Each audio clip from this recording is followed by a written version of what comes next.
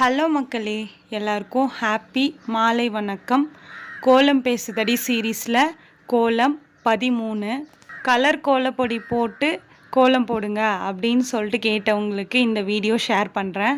Just சிம்பிளாக ஒரு கோலம் போட்டு கலர் கொடுக்கணும் அப்படின்றதுக்காக தான் நான் குட்டியாக போட்டிருக்கேன். உங்களுக்கு வேணும்னா நீங்கள் எந்த டிசைனில் வேணால் போட்டுக்கோங்க. நான் எனக்கு தோணுனது சீக்கிரமாக வீடியோவை முடிக்கணும் அப்படின்றதுக்காக தான் நான் ஜஸ்ட்டு கலர் கொடுத்துருக்கேன். இதுவே சூப்பராக ஃபுல்லாக கொடுக்கலாம்.